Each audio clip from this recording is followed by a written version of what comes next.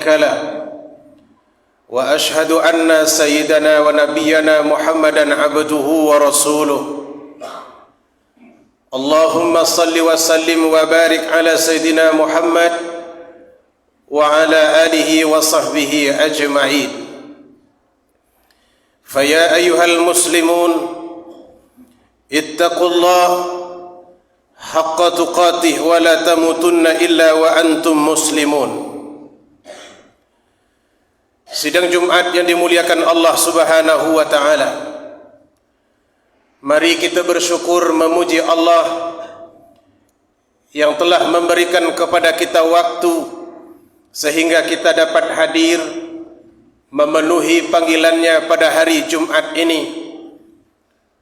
Mudah-mudahan dengan senantiasa memperhatikan waktu antara tugas dunia dan tugas akhirat kita, Allah Subhanahu wa ta'ala masukkan kita ke dalam golongan hambanya yang beruntung.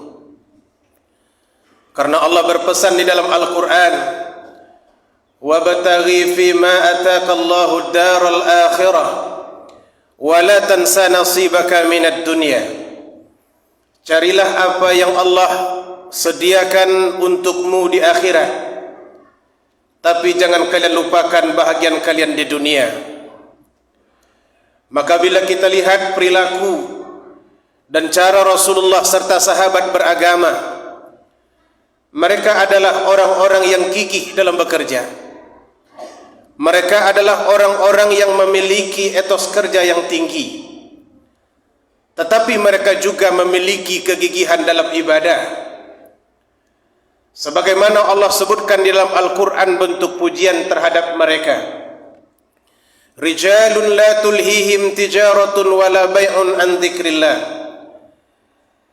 Ada orang-orang yang tidak dilalaikan mereka sama sekali oleh pekerjaan. Mereka tidak dilalaikan oleh bisnis. Mereka juga tidak dilalaikan oleh tugas mereka dari mengingat Allah. Mereka tetap salat pada waktunya, melaksanakan tugas-tugas mereka yang sudah menjadi kewajiban sebagaimana Allah Subhanahu wa taala anjurkan kepada mereka. Mudah-mudahan kita mampu mencontohi, menteladani sikap hidup yang diperlihatkan Rasulullah dan juga sahabat-sahabat beliau yang mulia. Kemudian salawat serta salam kepada beliau, Allahumma salli ala Sayyidina Muhammad wa ala alihi wa sahbihi ajma'in. Jemaah Jumat yang dimuliakan Allah Subhanahu wa taala, Allah berfirman di dalam Al-Quran, wa laqad na'lam annaka yadhiqu sadruka bima yaqulun. Sungguh kata Allah, kami mengetahui bahwa dadamu Muhammad menjadi sempit disebabkan apa yang mereka katakan. Fasabbih bihamdi rabbik, maka biasakanlah memuji Tuhanmu. Wa kum minas sajidin, dan jadilah engkau di antara orang-orang yang selalu sujud. Wa'bud rabbaka hatta ya'tiyakal yakin, dan sembahlah Tuhanmu sehingga engkau memiliki keyakinan. Ini adalah pesan Allah Subhanahu wa taala kepada Rasulullah sallallahu alaihi wasallam. Jemaah sekalian yang Allah muliakan, Allah telah mengatur dan meletakkan neraca kehidupan kita dengan adil. Tanpa satu aspek kehidupan pun yang Allah luputkan dari aturan-aturannya, baik yang mengantarkan kita kepada kebahagiaan hidup di dunia, apalagi kebahagiaan kita hidup di hari akhirat nanti. Allah mengatur pola kehidupan berkeluarga, Allah mengatur pola kehidupan bernegara, Allah juga mengatur pola kehidupan bertetangga. Artinya semua yang kita butuhkan dalam hidup kita sudah Allah letakkan di dalam Al-Quran. Dan kata Allah Ta'ala, Al-yawma akmaltu lakum dinakum wa atmamtu alaikum ni'mati wa raditu lakumul islam madina. Hari ini sudah aku sempurnakan untukmu agamamu, dan aku ridai Islam sebagai agamamu. serta aku sempurnakan nikmatku kepadamu. Maka tidak ada satupun dalam agama ini yang tertinggal. Hanya yang menjadi tugas kita adalah bagaimana cara kita menggunakan agama itu di dalam praktek kehidupan. Bagaimana kita harus beragama ketika kita dalam bekerja? Bagaimana harusnya kita beragama ketika kita berkeluarga? Bagaimana pula kita harus beragama saat kita bernegara? Apabila hal-hal itu sudah kita praktekkan, maka sungguh Allah menjanjikan kebahagiaan bagi semua kita, baik di dunia maupun di hari akhirat. Namun harus kita akui, tidak semua umat Islam mau dan mampu melakukan hal itu. Banyak di antara kita yang justru melakukan hal yang lain selain daripada yang diperintahkan oleh Allah Subhanahu wa ta'ala. Akibatnya dampak dari hal itu bukanlah kepada orang lain, tetapi kepada kehidupan kita sendiri. Maka banyak orang yang merasakan kehidupannya berat, padahal nikmatnya cukup. Banyak orang yang merasakan hidupnya porak-poranda, padahal Allah Subhanahu wa ta'ala memberikan hal-hal yang dia butuhkan. Semua itu tidak terlepas dari apa yang kita lakukan sendiri. Karena Allah menegaskan dalam Al-Quran, wa mallahu, Allah tidak akan pernah berlaku zalim kepada hamba-hambanya. Sidang Jumat yang Allah muliakan, ada 5 hal yang akan membuat kehidupan manusia terasa berat. Pertama, ekspektasi kehidupan yang terlalu tinggi, keinginan yang terlalu tinggi. Ini akan menyebabkan hidup terasa berat, karena kita tidak bisa meninggikan yang rendah. Kita tidak bisa memprediksi apa yang akan terjadi ke depan. Jangankan untuk hitungan tahun, bahkan untuk hitungan hari pun tidak ada satu manusia pun yang tahu apa yang akan menjadi takdir Allah untuknya. Maka idealnya bagi orang-orang yang mengimpikan kehidupan yang bahagia dan baik, terimalah apa yang sudah menjadi ketentuan Allah Subhanahu wa ta'ala. Dengan rasa syukur yang besar, kehidupan itu akan menjadi lebih baik, tanpa mengimpikan hal-hal yang tidak masuk akal, yang mungkin menjadi impian terlalu besar di masa yang akan datang. Karena hal inilah yang pernah diperingatkan oleh Allah Subhanahu wa ta'ala. Begitu juga Rasulullah sallallahu alaihi wasallam di dalam banyak hadisnya. Sebagaimana firman Allah, "Wala tatamannaw ma faddalallahu bihi ba'dakum 'ala ba'd." Janganlah kalian memiliki harapan terhadap karunia Allah yang diberikannya kepada orang lain di antara kalian. Lirrijali nasibun mimma iktasabu. Bagi seorang laki-laki dia akan mendapatkan bahagian dari hasil usahanya. Walin nisa'i nasibun mimma iktasaba. Dan bagi seorang perempuan dia akan mendapatkan bahagian apa yang dia usahakan. Was'alullaha min fadlih. Berdoalah kepada Allah agar ia kucurkan karunia-Nya. Innallaha bikulli syai'in alima. Sesungguhnya Allah Subhanahu wa ta'ala Maha mengetahui atas segala sesuatu. Sidang Jumat yang Allah muliakan, berapa banyak yang kita lihat dalam kehidupan kita. Orang berlari sekuat tenaga, seolah-olah tidak cukup 24 jam. Mereka mengumpulkan segala tenaga untuk mencapai apa yang mereka inginkan. Tapi pastinya mereka hanya akan mendapatkan apa yang sudah Allah takdirkan untuk mereka. Tidak lebih daripada itu.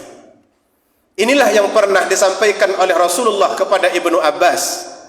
Salah satu petikan dan potongan dari kalimat Nabi.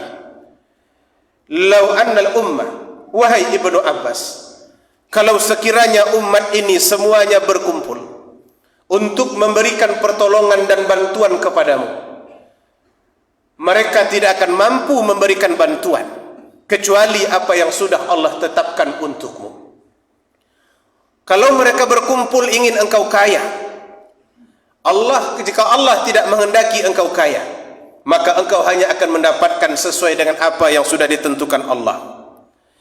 Dan sekiranya manusia berkumpul semuanya untuk membinasakanmu, menjegalmu, mereka tidak akan bisa memudaratkanmu kecuali dengan mudarat yang sudah Allah tentukan untukmu. Begitulah ketentuan Allah mutlak di dalam kehidupan kita. Maka kalau kita tidak mengikuti aturan ini, kehidupan akan terasa berat karena kita tidak bisa menentukan kehidupan kita secara mutlak. Yang kedua, yang menyebabkan hidup terasa berat itu terburu-buru karena ingin sukses. Padahal begitu banyak contoh di dalam kehidupan bahwa segala sesuatu itu punya proses. Allah katanya di dalam Al-Quran, bila menginginkan menciptakan sesuatu, dia cukup mengatakan kun fayakun, jadi maka jadilah. Tapi mengapa menciptakan seorang bayi membutuhkan 9 bulan? Mengapa untuk menunggu padi masak membutuhkan 3 bulan? Mengapa untuk menunggu pohon berbuah menunggu bertahun-tahun? Apa yang ingin Allah sampaikan kepada kita? Bahwa segala sesuatu itu punya proses. Dia akan datang di saat waktunya sudah datang. Allah sudah menentukan itu. Maka ada saatnya sukses untuk seseorang. Ada masanya dia harus berjuang. Ada masanya dia memetik hasil perjuangannya.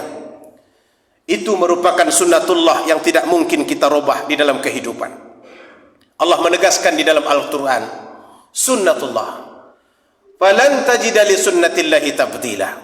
Sunnatullah seperti ini akan terus berlaku selamanya, dan kalian tidak akan pernah mendapati sunnatullah itu berubah sekalipun berubahnya zaman. Yang ketiga, yang membuat manusia itu akan merasa hidupnya terasa berat, kering dan kurangnya rasa syukur terhadap nikmat yang diberikan oleh Allah.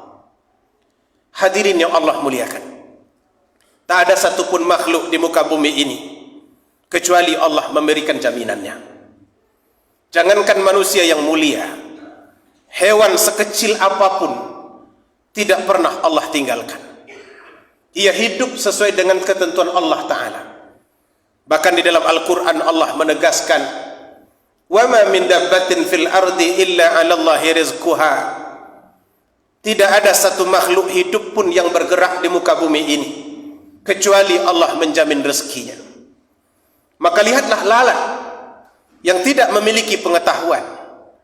Ia adalah hewan yang hina, tetapi dia mendapat bahagian karena jaminan Allah.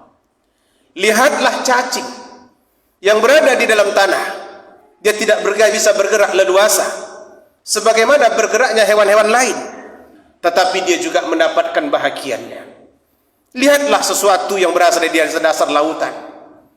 Ia begitu jauh dari komunitas, tapi dia juga mendapatkan bahagiannya. Lalu bagaimana manusia meragukan janji Allah Subhanahu wa Ta'ala itu, bahwa ia menjamin seluruh makhluk, apalagi manusia yang ada di permukaan bumi ini. Kalau Allah sudah jamin, maka ia akan memberikan sesuai dengan kehendaknya. Ia juga mengukur sesuai dengan kehendaknya. Ia cuma menuntut manusia agar mensyukuri dan berterima kasih kepadanya. Kalau kita tidak mampu melakukannya, maka kita tidak bisa memperbanyak apa yang sudah sedikit Allah takdirkan. Kita juga tidak bisa merubah apa yang sudah Allah takdirkan untuk terjadi. Keadaan ini akan bisa membuat manusia menjadi sangat berat kehidupannya dan sulit perasaannya. Kemudian yang keempat, yang membuat manusia itu terasa berat hidupnya, pengaturan waktu dan kehidupan yang sangat buruk. Waktu itu adalah modal. Bahkan ulama mengatakan, orang-orang yang menyia-nyiakan waktu lebih berbahaya daripada kematian. Karena kematian hanya memutuskan hubungan kita dengan dunia dan penduduk-penduduknya. Tapi kalau kita membuang waktu, ia memutuskan hubungan kita dengan Allah dan memutuskan hubungan kita dengan akhirat. Maka tidak ada yang lebih rugi daripada orang yang tidak pantas dan tidak baik dalam pengaturan waktunya. Itulah yang Allah ingatkan kita di dalam Al-Quran. Wal asri innal insana lafi khusri illa alladhina amanu wa amilus salihat. Demi waktu, banyak sekali manusia yang rugi, kecuali orang yang menggunakan waktunya dengan baik. Mereka beriman dan beramal saleh. Amal saleh itu adalah kebaikan hidup. Apapun yang bernilai sesuai dengan kehendak Allah Ta'ala, ia semuanya menjadi amal saleh. Kemudian yang keempat, yang kelima, yang menyebabkan hidup terasa berat, ibadah yang tidak terjaga dengan baik. Begitu banyak manusia gigih dalam bekerja, begitu banyak manusia gigih dalam hidup, hingga mereka kadang-kadang meninggalkan apa yang sudah menjadi kewajiban utama, yaitu beribadah. Padahal Allah Subhanahu wa taala sudah mengingatkan, "Wa ma khalaqatul jinna wal insa illa liya'budun." Aku ciptakan kalian agar kalian beribadah kepadaku. Adapun pekerjaan itu merupakan urusan kedua, karena tanpa bekerja pun nikmat itu akan tetap menjadi jaminan Allah Subhanahu wa taala. Jika kita katakan bahwa bekerja baru kita bisa hidup, maka tadi kita sebutkan hewan-hewan yang hina. Akibatnya akhirnya mereka juga tetap mendapatkan nikmat yang sudah Allah tentukan untuk mereka. Maka Allah panggil manusia, terutama orang beriman, "Idza nudiya lis-salati min yaumil jum'ah fas'au ila dzikrillah." Bila kalian dipanggil pada hari Jumat untuk menunaikan salat, maka segeralah mengingat Allah. Tinggalkan pekerjaan, tinggalkan tugas. Hanya sebentar, tidak lama, lebih kurang setengah jam, 40 menit. Lalu apa kata Allah Ta'ala di lanjutan ayat itu? Wa idza qudiyatis shalah. Apabila kalian sudah selesai salat, fantashiru fil ardi. Maka bertebarlah di muka bumi. Artinya Allah tidak larang sama sekali. Allah tidak menghalang sama sekali. Silahkan kalian mencari kehidupan, tapi perhatikan ibadah. Karena kalau fokus kita terlalu kehidupan, ibadah akan tertinggal, dan itu yang akan menyebabkan kehidupan terasa berat. Sidang Jumat yang dimuliakan Allah Ta'ala, Allah telah menurunkan Al-Quran sebagai panduan, agama sebagai cara hidup kita. Maka hiduplah dengan Al-Quran, berjalanlah dengan agama, berperilakulah sesuai dengan apa yang diinginkan oleh Allah dan agama kita. Karena inilah jalan yang benar yang akan menyampaikan kita kepada kebahagiaan dunia dan akhirat. Fa'tabiru ya ulil absar la'allakum turhamun.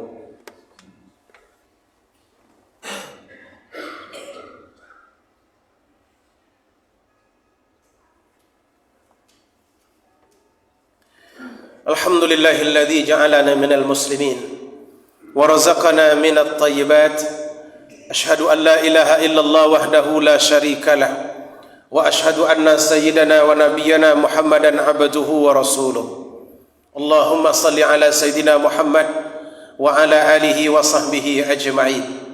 Faya ayyuhal muslimun, ittaqullah haqqa tuqatih wa la tamutunna illa wa antum muslimun. Faqad qala Allah subhanahu wa ta'ala fi kitabihil karim, a'udzu billahi minasy syaithanir rajim. Inna Allah wa malaikatahu yusalluna 'alan nabi ya ayyuhalladzina amanu sallu 'alaihi wa sallimu taslima. Allahumma salli wa sallim wa barik ala hadzal nabiyil karim wa radallahumma an ashabihi wa qarabatihi wa azwajihi wa dhurriyyatihi ajma'in.